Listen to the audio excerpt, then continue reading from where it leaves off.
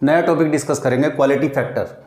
LCR circuit के बाद में एक बहुत बढ़िया टॉपिक है जो बोर्ड के हिसाब से भी इम्पोर्टेंट है।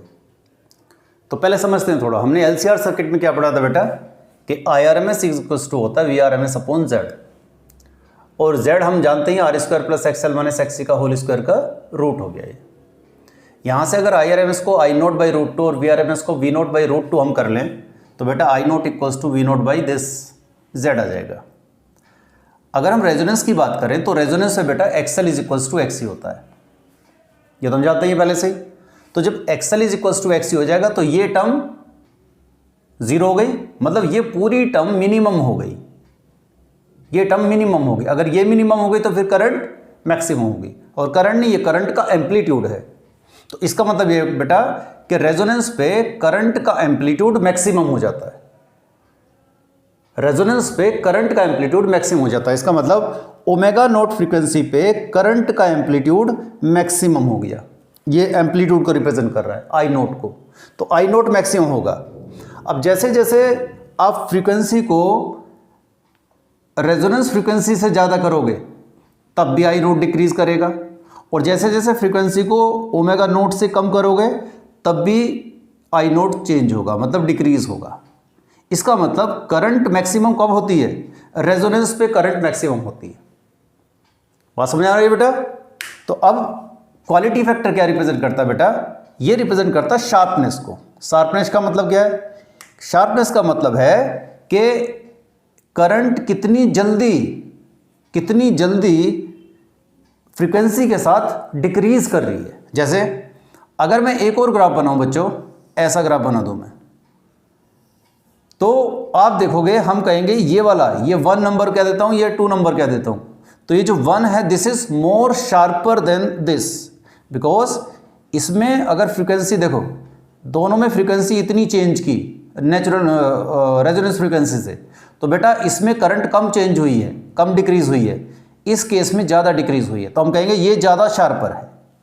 तो जिसमें रैपिडली करंट डिक्रीज करती है वो ज़्यादा शार्पर कहलाता है, और जो ज़्यादा शार्पर होगा उसका क्वालिटी फैक्टर ज़्यादा होगा। समझ आ रही है बच्चों? तो क्वालिटी फैक्टर ये डिटरमाइन करता है कि करंट मैक्सिमम वैल्यू से कितनी जल्दी या कितनी देर में डिक्रीज करती है। अगर जल्दी डिक्रीज करती है फ्रीक्वेंसी को चेंज करने से तो हम कहेंगे वो ज़्यादा शार्पर है, जो धीरे धीरे डिक्रीज करती है वो कम शार्पर है। अगर हम क्वालिटी फैक्टर को डिफाइन करने को जाएं तो इट इंडिकेट्स, पहले समझो जरा, quality factor measure sharpness of resonance, ये अभी समझ गए होंगे आप लोग। It indicates how rapidly the current falls from its peak value with change in frequency of applied EMF on either side of resonant frequency. Clear है बेटा यहां तक? It is defined as the ratio of the voltage drop across L और C to the voltage drop across R या resistor at resonance. तो resonance पे VL या VC divided by VR, ये है क्वालिटी फैक्टर की एक्चुअल डेफिनेशन। VL और VC आप समझते हो बेटा, रेजोनेंस पे VL और VC दोनों इक्वल हो जाते हैं, तो आप कोई सी भी वैल्यू ले सकते हैं, सेम ही आएगी। तो VL हमने ले लिया, VL is equals to IRMS into XL, और VR voltage across R IRMS into R। बेटा ये दोनों कट जाएंगे, XL/R बचा, और XL क्या होता है हमारा? Omega naught L। R ऐसा ही है, ओमेगा नोट, क्योंकि हम रेजोनेंस की बात कर रहे हैं इसलिए हमने ओमेगा नोट लिया है, और ओमेगा नोट होता है 1/√LC। तो बच्चों हमारे यहाँ से क्वालिटी फैक्टर आता है 1/R/LC। ये क्वालिटी फैक्टर का फॉर्मूला है।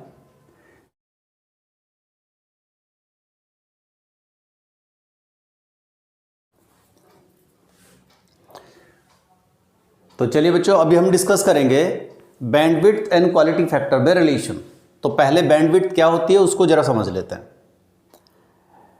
हम लोगों ने ये देखा बेटा कि पावर का जब हम ग्राफ बनाते हैं बच्चों फ्रीक्वेंसी के साथ, तो ऐसा ग्राफ बनता है। मैक्सिमम पावर होती है रेजोनेंस पे, और जब फ्रीक्वेंसी रेजोनेंस से ज़्यादा कर दो या रेजोनेंस से कम कर दो तो पावर डिक्रीज करती है। कैसे डिक्रीज करती है जरा इसको समझ लें एक बार। LCR सर्किट में पावर का फॉर्मूला है VRMS IRMS cos phi।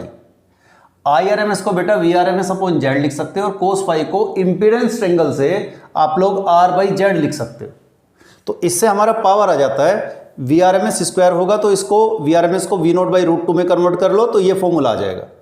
यहाँ से Z की वैल्यू अगर पुट करोगे तो Z square is equals to क्या होगा, R square plus XL minus XC का होल स्क्वायर। तो ये हमारा पावर का फॉर्मूला आ गया। रेजोनेंस पे बच्चों XL is equals to XC होता है, ये सबको कंडीशन याद होगी, याद है, इसको ध्यान रखें, ये बहुत इंपॉर्टेंट कंडीशन है। तो XL is equals to XC हो जाएगा, तो पावर कितनी हो जाएगी बच्चों, ये टर्म मिनिमम हो गई, मिनिमम हो गई तो पावर मैक्सिमम हो गई।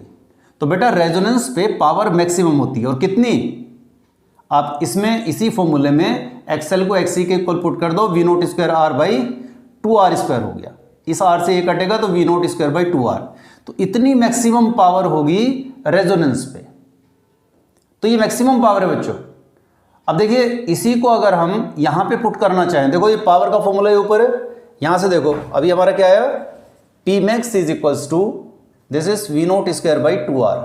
अगर मैं इसको R से मल्टीप्लाई कर दूँ और नीचे भी R से मल्टीप्लाई कर दूँ तो ये जगह Pmax is equals to V0 square R/2, और ये R स्क्वायर को इधर ले आओ, तो बेटा V0 स्क्वायर R/2 को हम लिख सकते हैं Pmax इंटू R स्क्वायर। तो मैंने यही किया, यहाँ पे V0 स्क्वायर R/2 को मैंने कन्वर्ट कर दिया R स्क्वायर इंटू Pmax में, तो पावर का फॉर्मूला एक्चुअली ये आया। तो हम एक्चुअली इसे करना क्या चाहते हैं, हम चाहते हैं कि ये देखें कि फ्रीक्वेंसी के साथ पावर कैसे चेंज होगी। तो फ्रीक्वेंसी जैसे जैसे चेंज करते हैं, देखो शुरू में फ्रीक्वेंसी बढ़ती है तो पावर बढ़ती है, बढ़ते बढ़ते ओमेगा नोट मतलब रेजोनेंस फ्रीक्वेंसी पे पावर मैक्सिमम हो जाती है, उसके बाद पावर फिर डिक्रीज करती है।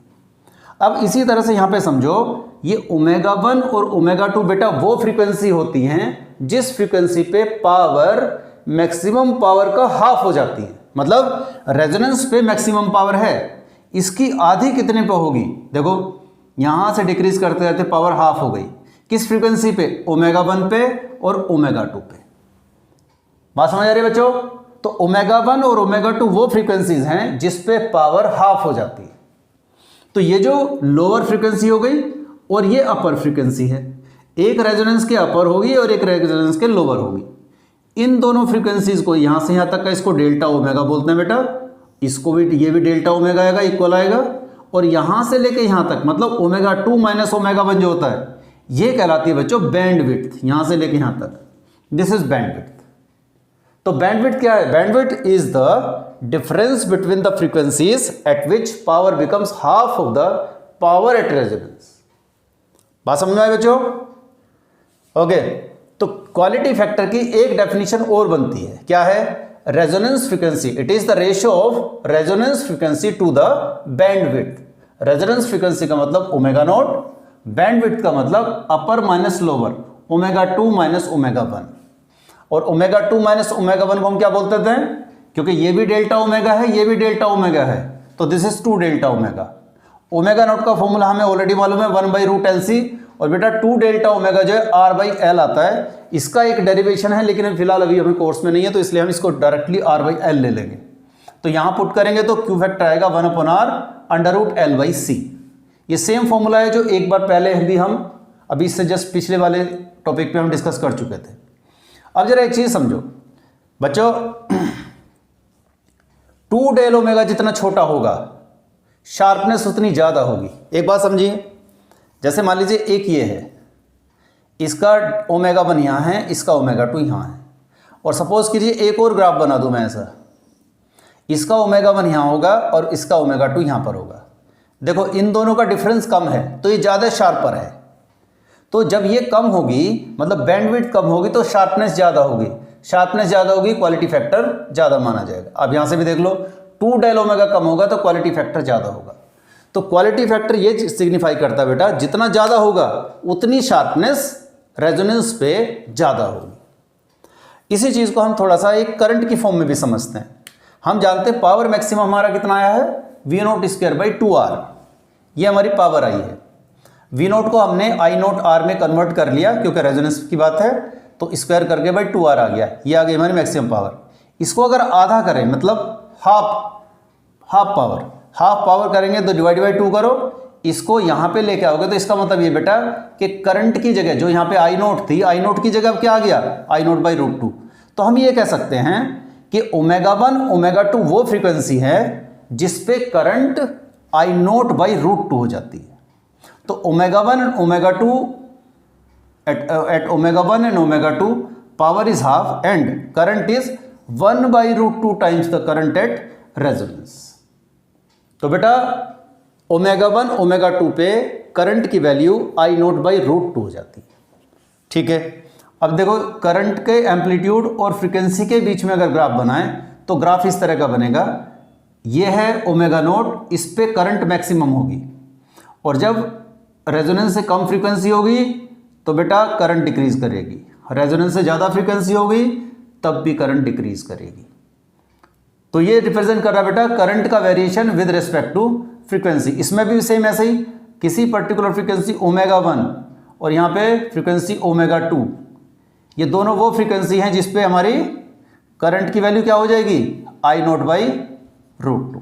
तो अब याद रखो कि ओमेगा 1 ओमेगा 2 वो फ्रीक्वेंसी हैं जिस पे पावर हो जाती है पी मैक्स बाई 2 और जिस पे ओमेगा 1 ओमेगा 2 वही फ्रीक्वेंसी हैं जिस पे करंट हो जाती है आई नोट बाई रूट 2।